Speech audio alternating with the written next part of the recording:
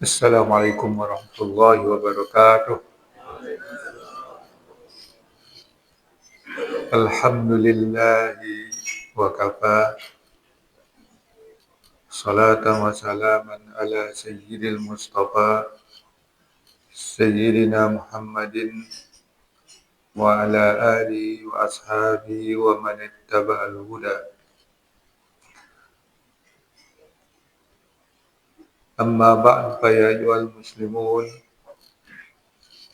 usi nafsi wa iyyakum bitaqwallah faqad faza man ittaqa.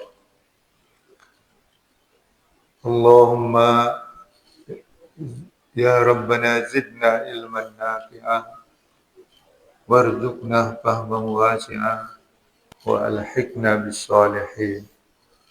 Bersyukur kita kepada Allah SWT pada pagi hari ini kita masih diberi kesempatan oleh Allah SWT untuk menjalani kehidupan kita dalam keadaan sehat walafiat. Salawat dan salam untuk junjungan kita Nabi kita Muhammad. Allahumma salli ala sayyidina Muhammad wa ala ali sayyidina Muhammad.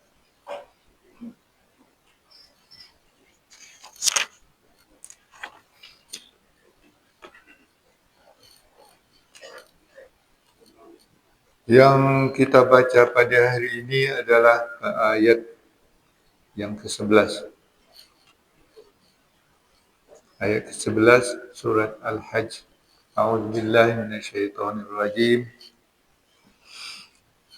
Wa minan nasi man ya'budullaha ala harfin in asabahu khairun itma'anna bi in asabathu fitnatun inqalaba ala wajhi khasirat dunya wal akhirah zalika huwal khusranul mubin.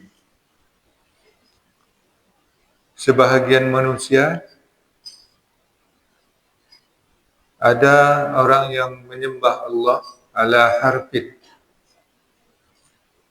di tepi atau di pinggir. Fa in asabahu khairun, jika dia mendapat yang baik, kebaikan, tenanglah dia.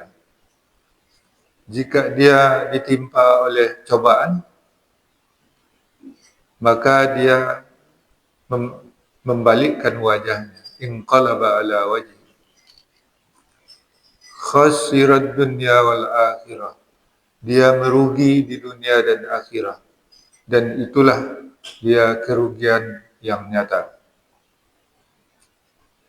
Yad'una min dunillahi ma la yadurruhu wa ma la yanfa'uh. Zalika huwa dhalalul ba'id. Mereka berdoa, beribadat kepada selain Allah sesuatu yang tidak memberikan mudarat, wa ma la yanfa'uh, dan sesuatu yang tidak memberi manfaat padanya. Zalika huwa dhalalul ba'id. Demikian itulah kesesatan yang amat jauh. Yad'u laman darruhu aqrabu min naf'i. Dia berkata atau berdoa, laman darruhu aqrabu min naf'i. Orang berdoa, beribadat, orang yang mudaratnya lebih dekat daripada manfaatnya. La bi'sal maula wa la bi'sal ashir. Dan seburuk-buruk al-maula,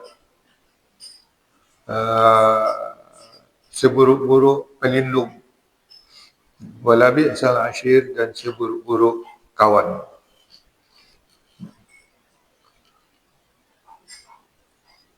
Ini sambungan dari ayat-ayat yang sebelumnya yang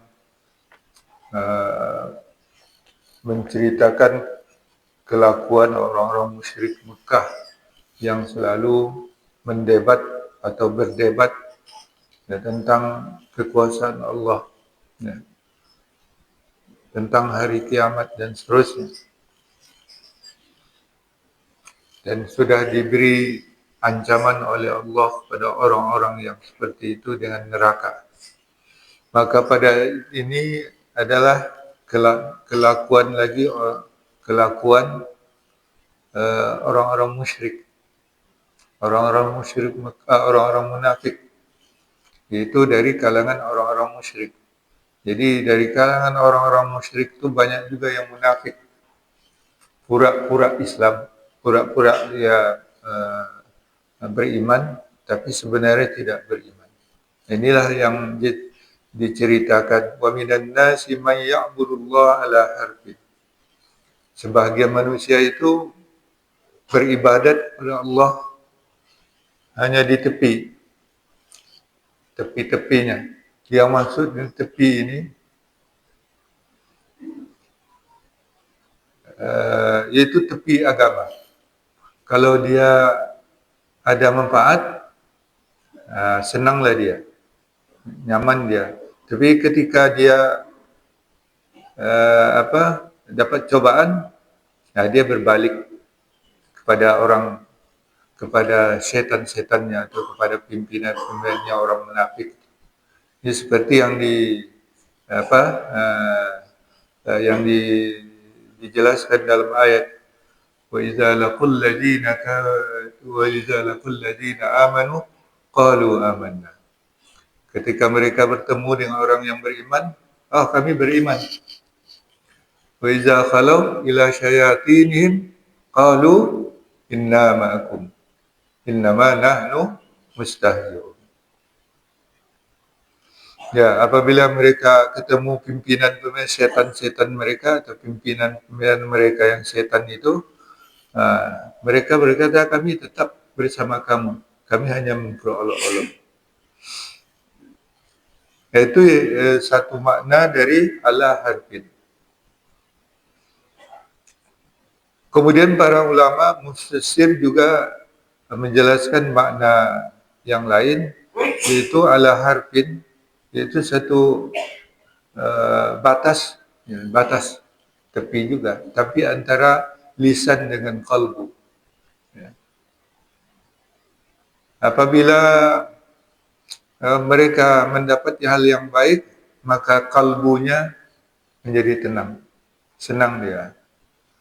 Apabila mereka mendapat cobaan, maka mereka berbalik dan mencerca kesialan. Khasirat dunia wal akhirah. Mereka itulah yang rugi dunia dan akhirat. Diriwayatkan dari Ibnu Abbas bahwa ayat ini turun kepada beberapa orang munafik itu yang bernama Uyainah ibnu Badar dan Al-Aqra dan lain-lainnya. Mereka mengatakan, mari kita masuk Islam. Kalau kita beruntung, nasib kita beruntung, berarti dia agama benar. Tapi kalau melarat juga, itu tidak benar itu agama. Mereka berbalik menjadi musyrik. Itulah karena pekerjaan orang munafik itu. Mereka tidak benar-benar. Di akhir surat, di akhir dijelaskan munafik itu idza qamu ila shalah qamu kusala. Innal munafiqina yukhadi'una Allah wa huwa khadi'uhum. Wa idza qamu ila sholati qamu kusala. Yura'una an-nasa wa la yadhkuruna Allah illa qalila, dalam surat An-Nisa. Jadi orang-orang munafik itu menipu Allah SWT. Apabila mereka hadir berjemaah atau mendirikan salat, mereka malas. Malas sekali. Apalagi kalau imamnya panjang ayatnya. Ada mengutuk-ngutuk dia di hatinya. Itu sifat orang munafik itu. Kalau orang mukmin dia menikmati ayat-ayat, semakin panjang ayatnya dinikmati. Dia hanya pergi salat itu karena riya. Yaitulah yang dimaksud ala harfin.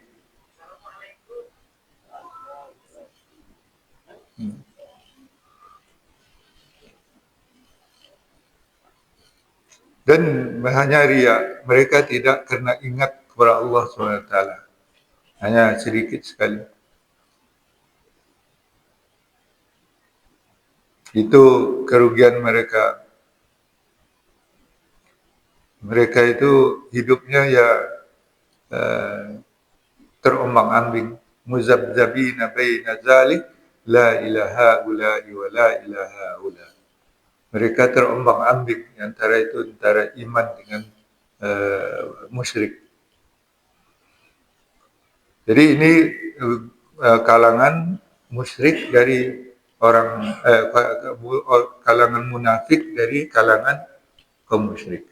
Karena orang-orang munafik itu ada yang berasal dari kaum musyrik Mekah juga, dan juga kaum-kaum musyrik Arab di sekitar Madinah yang bersekongkol dengan Arab Mekah, ya. Dan ada juga yang dari Ahlul Kitab, ya. Itu yang dari Yahudi dan Nasrani. Itu macam-macam orang munafik itu, atau asal dari orang munafik. Ada yang dari Yahudi, ada yang dari Nasrani, ada dari orang-orang Arab sekitar Madinah, yaitu musyrik juga, dan ada yang dari musyrik Mekah itu sendiri yang munafik. Ya, seperti Uyainah Ibnu Badar tadi itu dari musyrik Mekah. Ya. Di derengkotnya kaum musyrik. Dari kaum derengkotnya kaum munafik dari kalangan musyrik Mekah. Tapi orang-orang Arab sekitar Madinah itu yang itu terus dari suku Bani Ghatafan itu disebut oleh Allah itu asyaddu nifaqan, yang sangat keras munafiknya. Kalau dia menjadi mata-mata di Madinah, kalau ketemu dengan Rasulullah atau Nabi itu bukan main baiknya, cium tangan gitu. Tapi kekufurannya sangat besar. Mencari kelemahan kaum muslimin di Madinah itu untuk dilaporkan ke Mekah.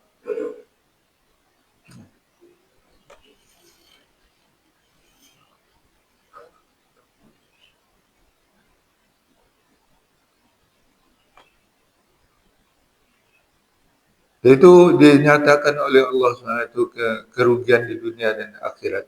Dan itu ada kerugian yang nyata, karena tidak ada untungnya bagi mereka.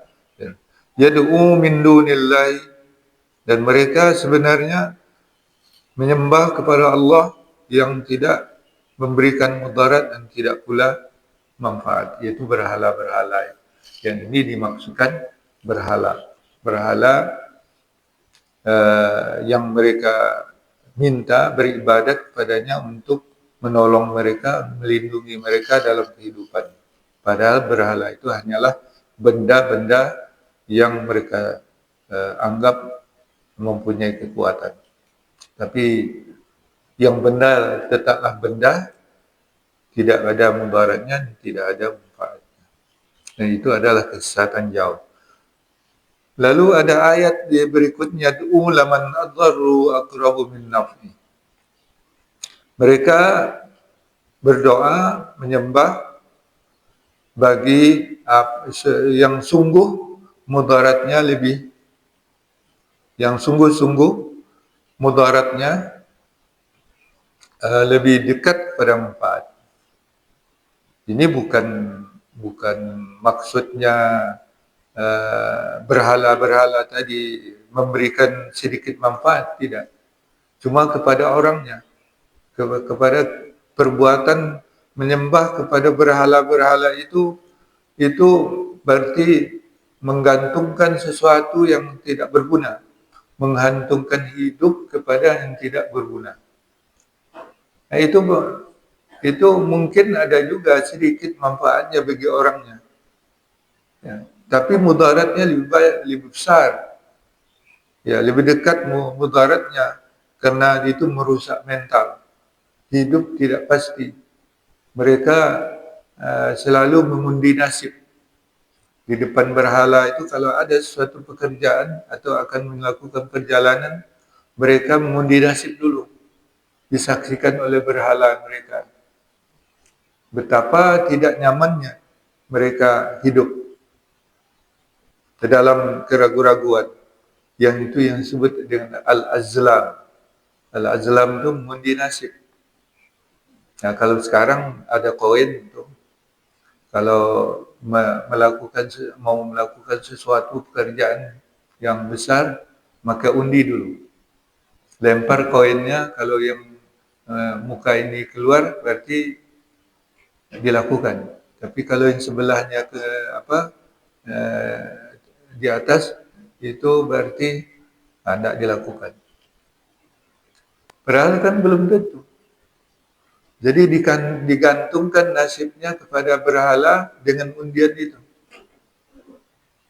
Padahal mungkin saja perbuatan yang akan dilakukan atau perjalanan itu akan mendatangkan keuntungan bagi mereka. Nah, itu rugi. Ya, itu kalau mudaratnya kepada mereka karena kalau kita beriman kepada Allah SWT, tidak ada keraguan. Kita percaya kepada Allah yang memberi rezeki, ya, percaya kepada Allah yang melindungi. Ya, itulah doa Bismillah. Kalau akan kita berangkat berjalan, Bismillah tawakkaltu ala Allah. Bismillah la yadurru ma'asmi syai'un fis sama'i wala fil ard. Fis sama'i wa huwa as-sami'ul 'alim. Ya. Nah, itu menguatkan mental kita karena keyakinan kita kepada Allah SWT yang Maha Kuasa. Kalau mereka yang menyembah berhala itu tidak terlalu yakin mereka, ya, sehingga perlu diundi. Itu mudaratnya lebih besar, lebih dekat kepada manfaatnya.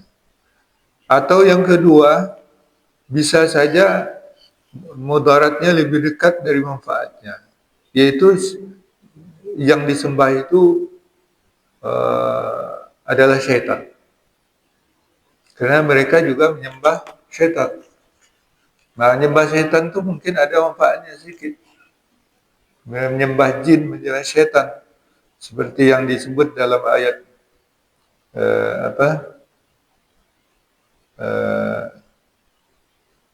dalam surat An-Nisa ayat wa yad'una min duni illa inasa wa yad'una illa syaitanan marida. Ya. Mereka tidak beribadat, berdoa dari selainnya kecuali kepada perempuan. Ya. Jadi dan mereka tidak beribadat kecuali kepada syaitan yang jahat.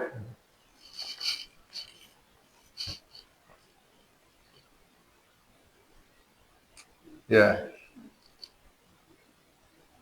Tapi manfaat menyembah jin syaitan itu akhirnya ujungnya juga kecelakaan. Maka dikatakan itu mudaratnya lebih dekat daripada manfaatnya. Nah, itulah karena itu kalau syaitan itu lebih maula, seburuk-buruknya tempat berlindung. Ya. Karena akan mencelakakan. Iblis, syaitan itu tetap dia akan mencelakakan. Walau apalagi kita menyembahnya. Sedang bersahabat saja bisa mencelakakan. Ya, dan seburuk-buruk kawan. Jadi jangan dijadikan uh, tempat berlindung dan juga jangan dijadikan kawan. Iblis, syaitan atau jin. Nah, itulah pesan-pesan dari ayat ini supaya kita tetap tenang kita dengan menyembah Allah SWT. Tidak ada lain kita tempat berdoa, tempat beribadah, menyembah kecuali kepada Allah SWT. Dan inilah kelakuan dari orang musyrik itu. Yang sebenarnya mereka tetap menyembah sesembahannya selain Allah, tapi di permukaannya mereka menyatakan keislamannya untuk tentu saja dengan tujuan-tujuan tertentu, terutama untuk menggunting dalam lipatan.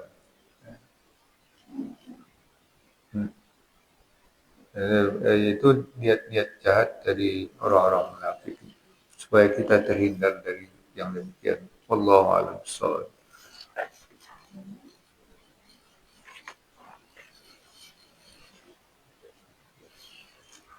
Masih ada waktu sedikit. Atau karena saya ada keperluan kita tidak adakan diskusi. Ada 2-3 misalnya. Ya. Ayat ini kan menceritakan orang-orang yang imannya lemah. Dia juga menyesatkan orang lain. Ini kelakuan para bazir ini mirip seperti ini. Dia selalu membangun opini seolah-olah ini yang benar. Kadang memakai ayat-ayat Al-Quran juga. Orang-orang seperti ini apakah dikategorikan munafik atau musyrik? Ya, kelakuannya munafik. Tapi yang imannya tentu tidak ada tahu kan. Sedangkan Nabi aja nggak tahu kalau tidak diberitahu oleh Allah bahwa itu orang munafik, nggak tahu. Ya. Tapi dari gejala dari kelakuannya itu kelakuan orang munafik yang ingin menyesatkan manusia. Ya. Dengan perilakunya seolah-olah baik, orang percaya kepada dia, padahal dia menjerumuskan. Nah, itulah salah satu kelakuan orang munafik. Karena disebutkan la tufsidu fil ard. Qalu innama nahnu muslihun. Ala innahum humul mufsiduna walakin la yash'urun.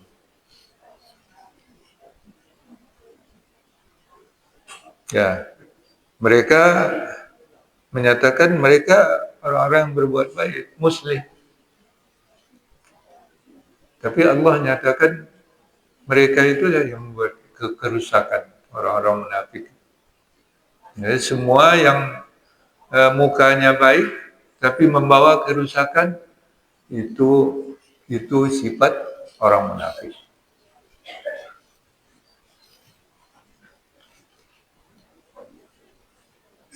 Jadilah ya, kita menunggu ada hidangan nampaknya.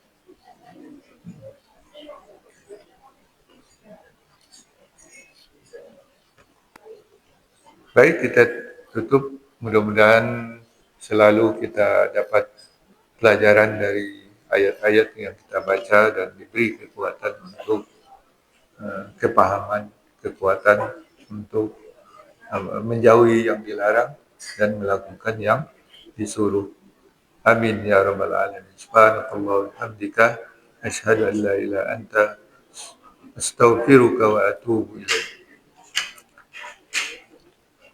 Wallahu waliyut taufiq wal hidayah wal afu minkum. Wassalamualaikum warahmatullahi wabarakatuh.